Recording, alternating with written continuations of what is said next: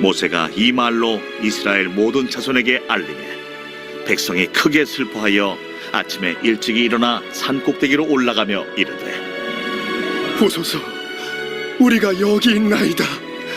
우리가 여호와께서 허락하신 곳으로 올라가리니 우리가 범죄하였음이니이다. 모세가 이르되, 너희가 어찌하여 이제 여호와의 명령을 범하느냐? 이 일이 형통하지 못하리라. 여호와께서 너희 중에 계시지 아니하니 올라가지 말라. 너희의 대적 앞에서 패할까 하노라. 아말렉인과 가나안인이 너희 앞에 있으니 너희가 그 칼에 망하리라. 너희가 여호와를 배반하였으니 여호와께서 너희와 함께 하지 아니하시리라. 그들이 그래도 산 꼭대기로 올라갔고 여호와의 언약궤와 모세는 진영을 떠나지 아니하였더라. 아말렉인과 산간지대에 거주하는 가나안인이 내려와 그들을 무찌르고 호르마까지 이르렀더라.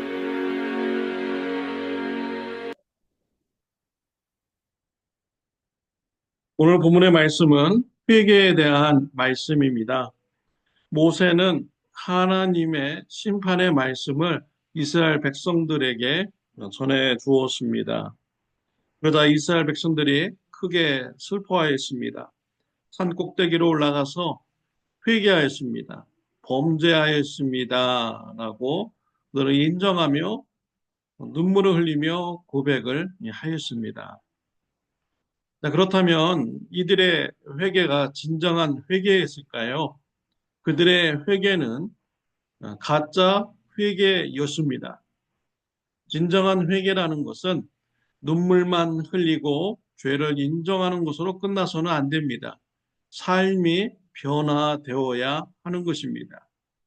그런데 그들은 회개 기도를 드린 후에 산에서 내려와서 하나님의 말씀에 불순종하는 일을 계속하였습니다.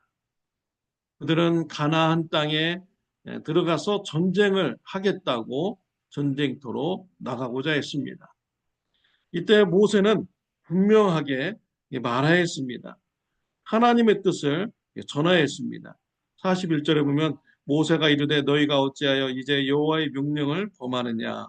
이 일이 형통하지 못하리라.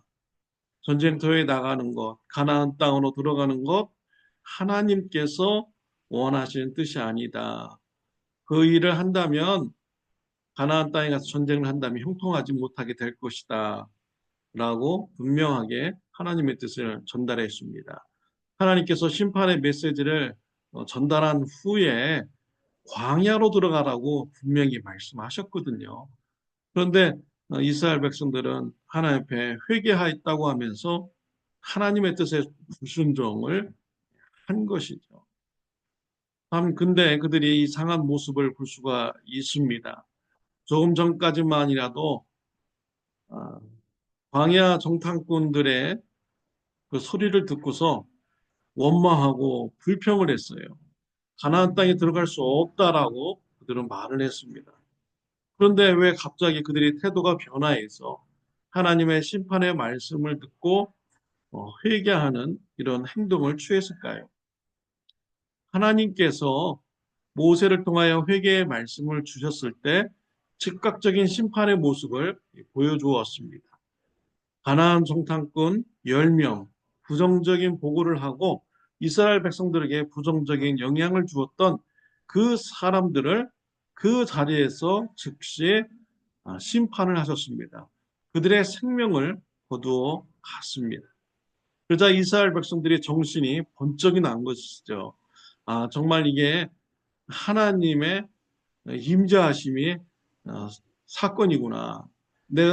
우리가 이러다가는 하나님으로부터 심판받아서 죽겠구나 라고 하면서 하나님이 무서워서 그들은 회개의 자리로 나간 것입니다. 그들은 단지 무서워서 나간 것뿐이죠. 마음속으로 하나님을 경외하는 마음, 하나님 말씀에 순종하고자 하는 마음이 전혀 없었던 것입니다. 정말 회개하고 하나님 말씀에 순종하였다면 하나님께서 말씀하신 대로 광야로 그들이 돌아가야만 했던 것이죠. 그런데 그들이 가나안 땅으로 가서 전쟁을 계속 하려고 한 것입니다. 자신의 고집대로 하려고 하는 이런 모습이 그들의 삶 속에 있었던 것이죠. 진정한 회개의 모습이라고 할 수가 없는 것입니다. 결론적으로 어떻게 되었습니까? 전쟁이 나갔지만 패배를 한 것입니다.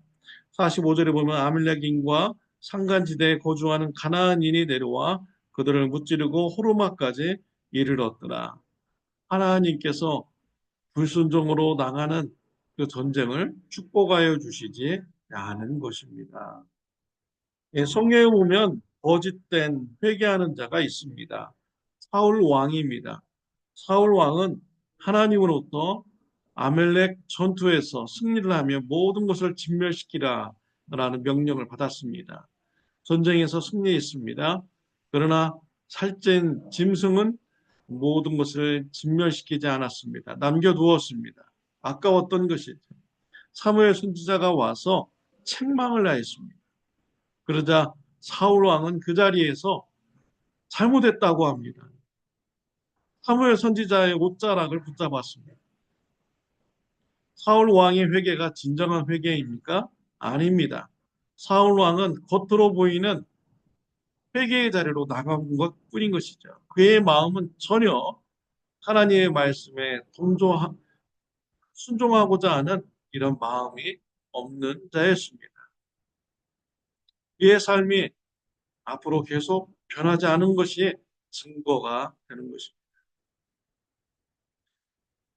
사무엘상 28장에 보면 사울 왕은요, 블레셋과의 전투를 앞두고 하나님의 그런 응답이 없자 그가 한 일은 무당을 찾아갔습니다.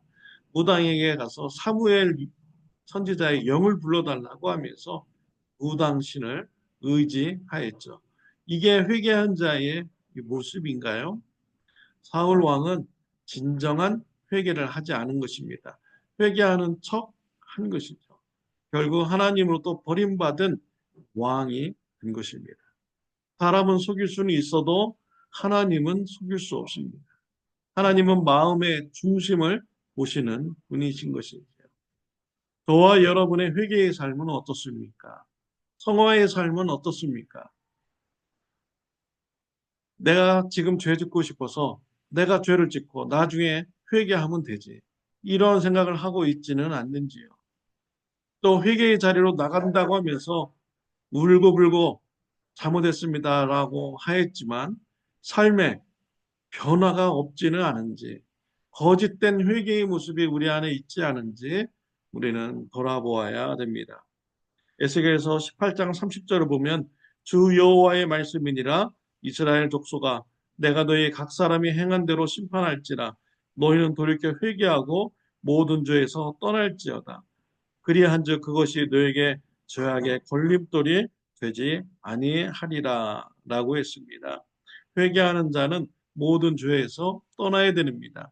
회개한 죄에서 떠나야 진실된 회개라고 말할 수가 있는 것이죠. 마태복음 3장 8절에 보면 그러므로 회개에 합당한 열매를 맺고 라고 했습니다. 회개에 합당한 열매를 맺는 자가 진정한 회개한 자인 것이죠. 자신의 죄를 뉘우치고 잘못을 깨달았다면 그러한 죄를 더 이상 짓지 말아야 됩니다. 그럴 때 회개의 열매가 되는 것이죠. 진정한 회개라고 할 수가 있는 것입니다. 사랑하는 성도 여러분, 우리가 진정한 회개를 하면서 신앙생활하는 축복이 있기를 바랍니다. 기도드리겠습니다.